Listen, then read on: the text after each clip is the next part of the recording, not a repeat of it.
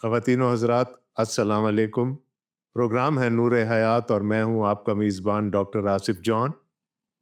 इन दिनों हम इस प्रोग्राम में मुक़द्दस मत्ती के इंजीली बयान के दूसरे बाब का मुतालिया कर रहे हैं और मज़ीद कुछ कहने से पहले आइए हम अपने आज के हवाले को पढ़ लें। मुक़द्दस मत्ती का इंजीली बयान, उसका दूसरा बाब और उसकी 13वीं आयत से लेकर बाब के आखिर तक। खुदावंद के कलाम में यूं लिखा है, जब वो रवाना हो गए तो देखो खुदावंद के फरिश्ता ने यूसुफ को ख्वाब में दिखाई देकर कहा, उठ, बच्चे और उसकी माँ को साथ लेकर मिस्र को भाग जा और जब तक मैं तुझसे ना कहूं वहीं रहना, क्योंकि हेरोदीस इस बच्चे को तलाश करने को है ताकि उसे हलाक करे। बस वो उठा और रात के वक्त बच्चे और उसकी माँ को साथ लेकर मिस्र को रवाना हो गया और हेरोदीस के मरने तक वहीं रहा ताकि जो खुदावंद ने नबी की मार्फत कहा था वो पूरा हो कि मिस्र में से मैंने अपने बेटे को बुलाया। जब हेरोदीस ने देखा कि मजूसियों ने मेरे साथ हंसी की तो निहायत गुस्से हुआ और आदमी भेजकर बैतलहम और उसकी सब सरहदों के अंदर उन सब लड़कों को कत्ल करवा दिया जो 2-2 बरस के या उससे छोटे थे, उस वक्त के हिसाब से जो उसने मजूसियों से तहकीक की थी। उस वक्त वो बात पूरी हुई जो यर्मिया नबी की मार्फत कही गई थी कि रामा में आवाज सुनाई दी, रोना और बड़ा मातम, राखेल अपने बच्चों को रो रही है और तसल्ली कबूल नहीं करती इसलिए कि वो नहीं हैं। जब हेरोदीस मर गया तो खुदावंद के फरिश्ता ने मिस्र में यूसुफ को ख्वाब में दिखाई देकर कहा कि उठ, इस बच्चे और उसकी माँ को लेकर इसराइल के मुल्क में चला जा, क्योंकि जो बच्चे की जान के ख्वाहां थे वो मर गए। बस वो उठा और बच्चे और उसकी माँ को साथ लेकर इसराइल के मुल्क में आ गया। मगर जब सुना कि अरखलाउस अपने बाप हेरोदीस की जगह यहूदिया में बादशाही करता है तो वहां जाने से डरा और ख्वाब में हिदायत पाकर गलील के इलाके को रवाना हो गया और नासरत नाम एक शहर में जा बसा ताकि जो नबियों की मार्फत कहा गया था वो पूरा हो कि वो नासरी कहलाएगा। ये हमारे खुदावंद यीशु मसीह की इंजील है। आए मसीह तेरी तमजीद हो, आमीन। दोस्तों, जब हम पहले बाब का मुतालिया कर रहे थे तो मैंने यूसुफ बिन याकूब जो हमें पुराने अहदनामा में मिलता है और यूसुफ बिन याकूब जो हमें नए अहदनामा में मिलता है, उनके दरमियान कुछ मुमासलत दिखाई थी। यूसुफ पुराने अहदनामे वाला भी रास्तबाज था और यूसुफ नए अहदनामे वाला भी रास्तबाज था। उसने अपने भाइयों को माफ कर दिया, इसने अपनी बीवी को माफ कर दिया, लेकिन यहाँ चलकर एक और खासियत उन दोनों की हमारे सामने आ गई, एक और मुमासलत उन दोनों के दरमियान हमारे सामने आ गई। Both were big time dreamers. वो यूसुफ भी बहुत ख्वाब देखा करता था और नए ऐदनामा का यूसुफ भी बहुत ख्वाब देखता है।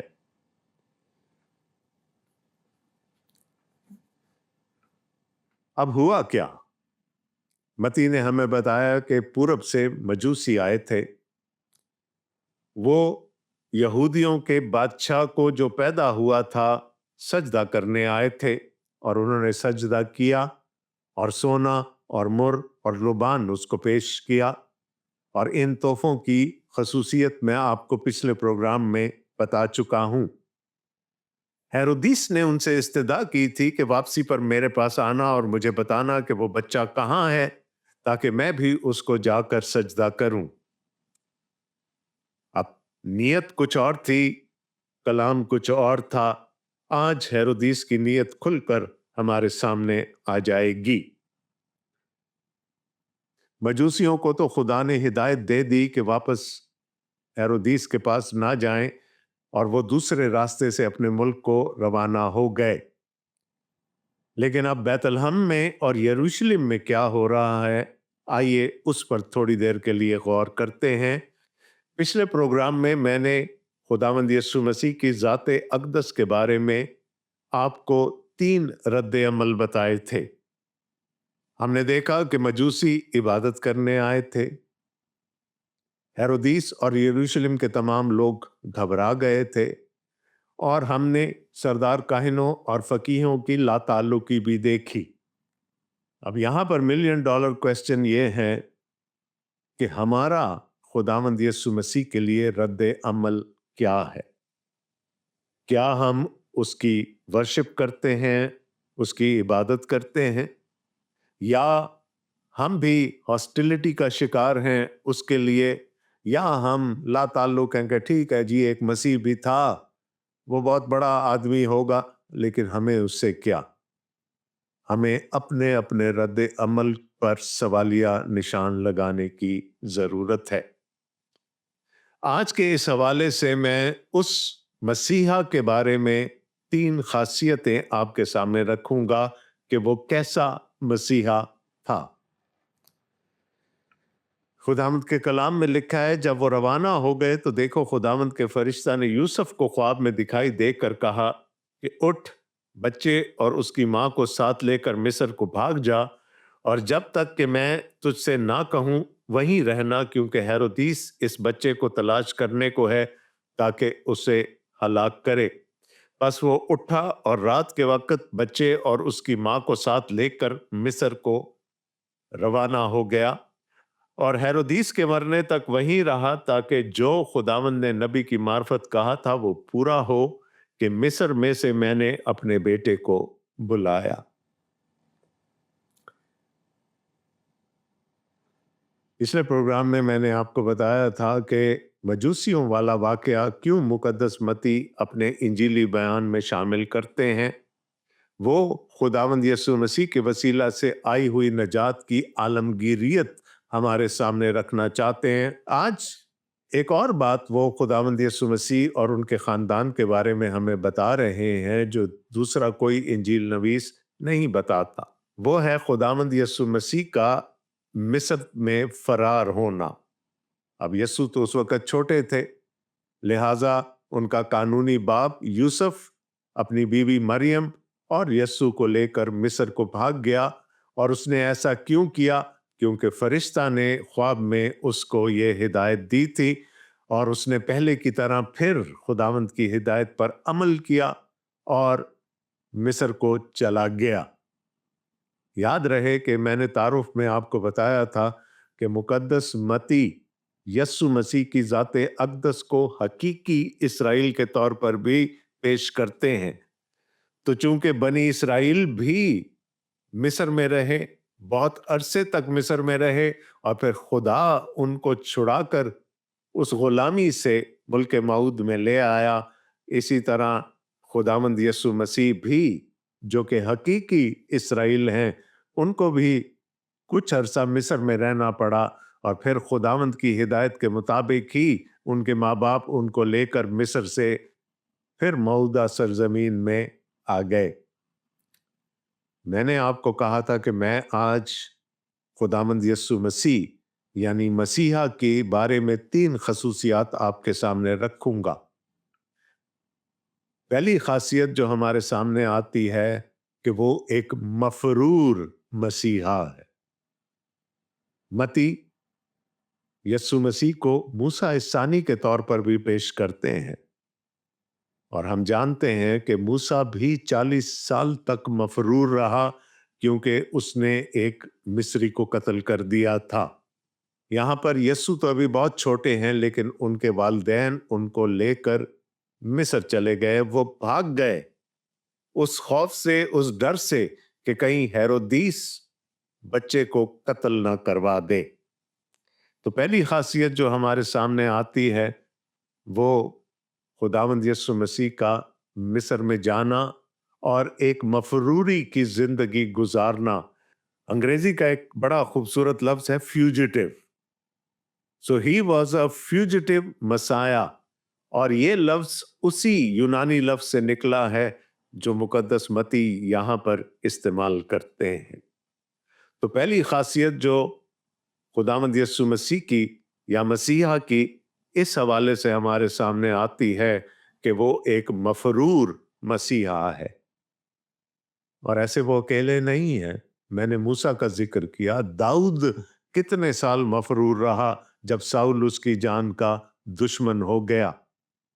तो यहाँ पर हम खुदावंद यीशु मसीह को भी जिलावतनी और गरीबुल वतनी की जिंदगी गुजारते हुए देखते हैं, और पनाह उनको मिस्र में मिली। और पिछले प्रोग्राम के आखिर में मैंने आपको बताया था कि खुदा ने पहले से मुहैया कर दिया वो सब कुछ जो शायद उनको दरकार होता मिस्र में इस जिलावतनी की जिंदगी को गुजारने के लिए। ही वॉज इन एग्जाइल, गरीबुल वतनी है, जिलावतनी है। सोना, मुर और लुबान जो नहायत ही बेशकीमत चीजें थी, वो खुदा ने उनके जाने से पहले ही उनको मुहैया कर दी थी। आगे चलते हैं। जब हेरोदीस ने देखा कि मजूसियों ने मेरे साथ हंसी की, तो निहायत गुस्से हुआ और आदमी भेजकर बैतुलहम और उसकी सब सरहदों के अंदर के उन सब लड़कों को कत्ल करवा दिया जो 2-2 बरस के या उससे छोटे थे, उस वक्त के हिसाब से जो उसने मजूसियों से तहकीक की थी। तो गालबन जब हेरोदीस ने मजूसियों से पूछा था कि उनको वो आसमानी निशान या सितारा कब नजर आया था, तो शायद 2 साल का वक्फा गुजर चुका था, और उस वक्त तक खुदावंद यीशु मसीह की उम्र 2 साल की होनी थी। अब जिसको अंग्रेजी में हम ट्रू कलर्स कहते हैं, हकीकी रंग हेरोदीस का सामने आया। मजूसियों को तो उसने कहा था कि मैं जाकर उसको सजदा करूंगा, लेकिन वो यस्सु को मार डालना चाहता था, उस बच्चे यस्सु को मार डालना चाहता था। निहायत सिफाक इंसान था, निहायत जालिम था, उसने छोटे बच्चों का कत्ले आम करवा दिया। अब दुनिया में तो हमें यस्सु के दुश्मनों की मुख्तलिफ शक्लें नजर आती हैं, और ये बात सिर्फ यस्सु तक ही महदूद नहीं है। बाद में कलीसिया को ईजा देने वाले बहुत सारे बादशाह, बहुत सारे हुक्मरान गुजरे हैं। तो इंसानी शक्लें तो तब्दील होती रहती हैं, लेकिन जो यस्सु मसीह का सबसे बड़ा दुश्मन था वो तो इब्लीस था। आइए हम देखते हैं मुकाशवा की किताब, उसका 12वां बाब और उसकी पहली चंद आयात। यहां लिखा है, फिर आसमान पर एक बड़ा निशान दिखाई दिया, यानी एक औरत नजर आई जो आफताब को ओढ़े हुए थी, और चांद उसके पांव के नीचे था, और 12 सितारों का ताज उसके सर पर। वो हामला थी और दर्द ज़ह में चिल्लाती थी, और बच्चा जनने की तकलीफ में थी। अब मैं इस पर बहुत ज्यादा वक्त नहीं गुजारूंगा। एक निशान आसमान पर नजर आया, एक औरत नजर आई, लेकिन वो औरत कोई आम औरत नहीं है।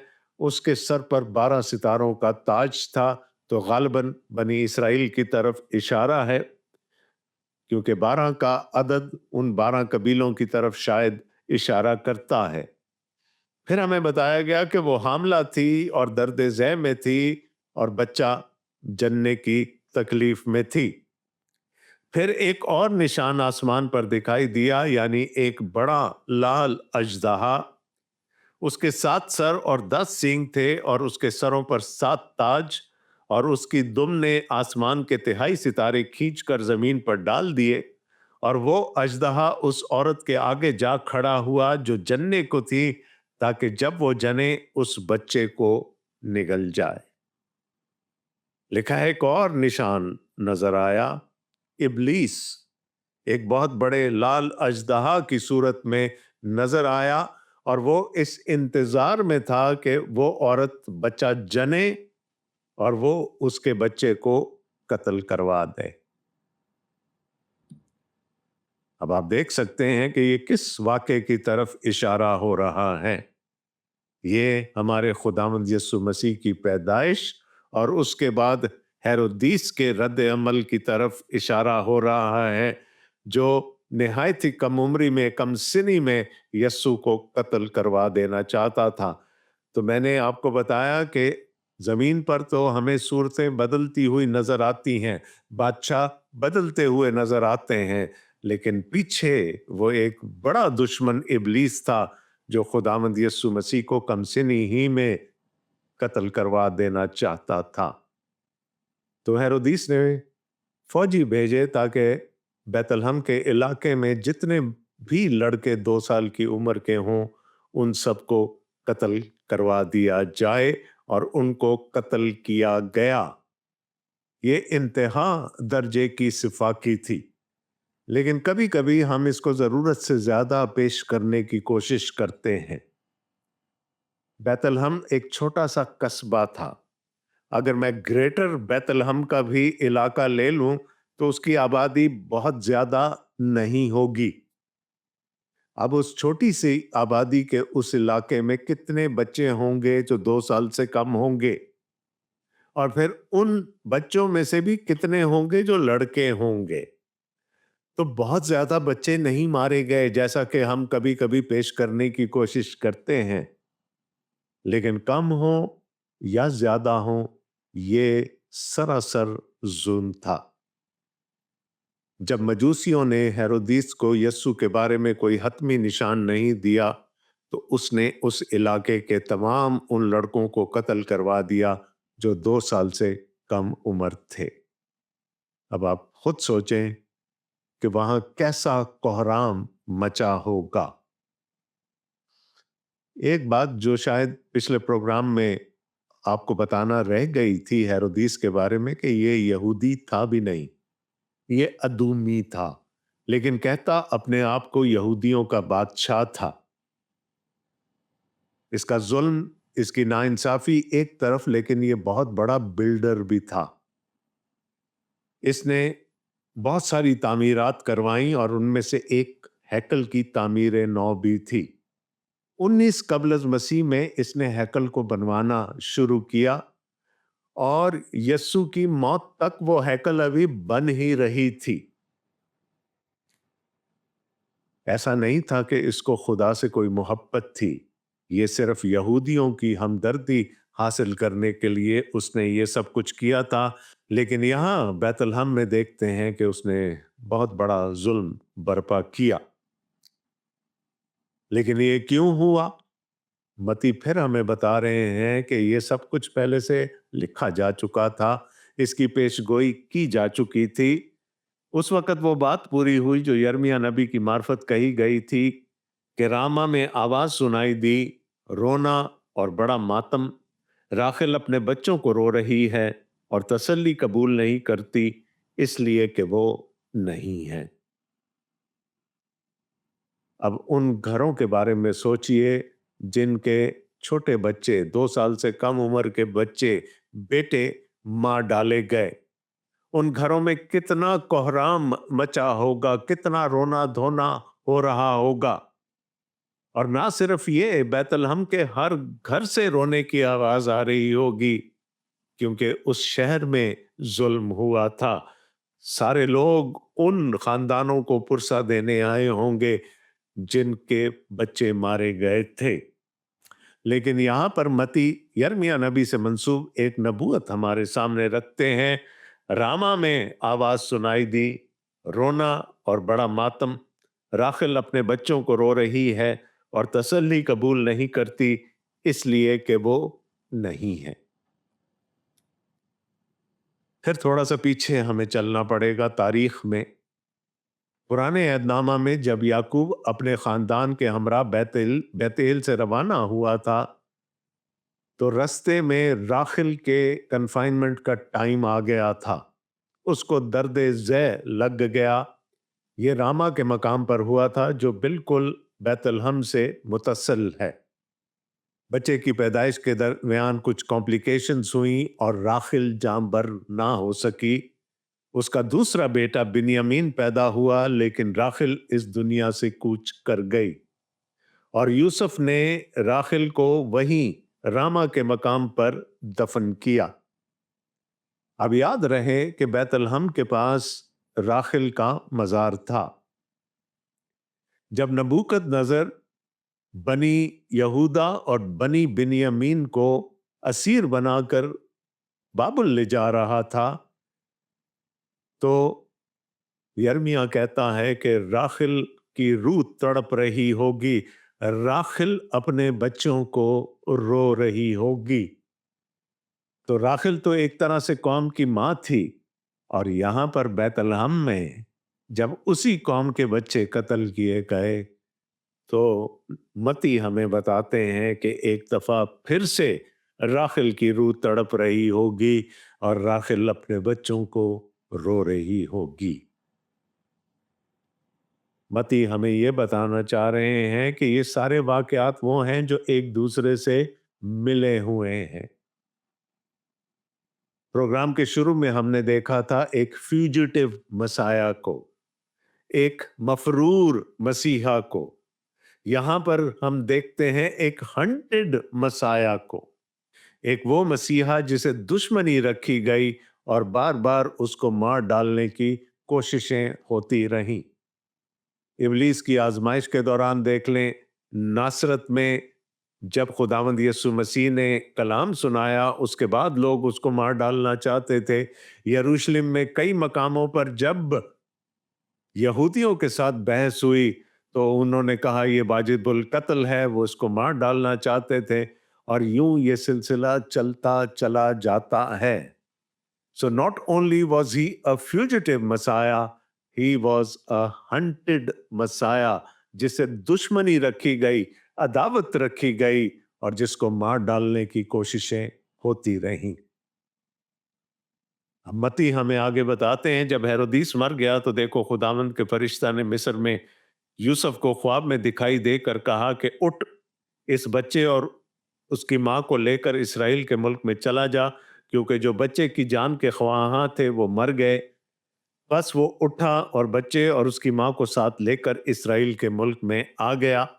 मगर जब सुना कि अरखलाउस अपने बाप हेरोदिस की जगह यहूदिया में बादशाही करता है, तो वहां जाने से डरा और ख्वाब में हिदायत पाकर गलील के इलाके को रवाना हो गया और नासरत नाम एक शहर में जा बसा, ताकि जो नबियों की मार्फत कहा गया था वो पूरा हो कि वो नासरी कहलाएगा। अब हेरोदिस मर गया, अरखलाउस अपने बाप की जगह बादशाह बन गया। यूसुफ को ख्वाब में हिदायत मिल गई कि वो वापस इस्राएल को आ जाए।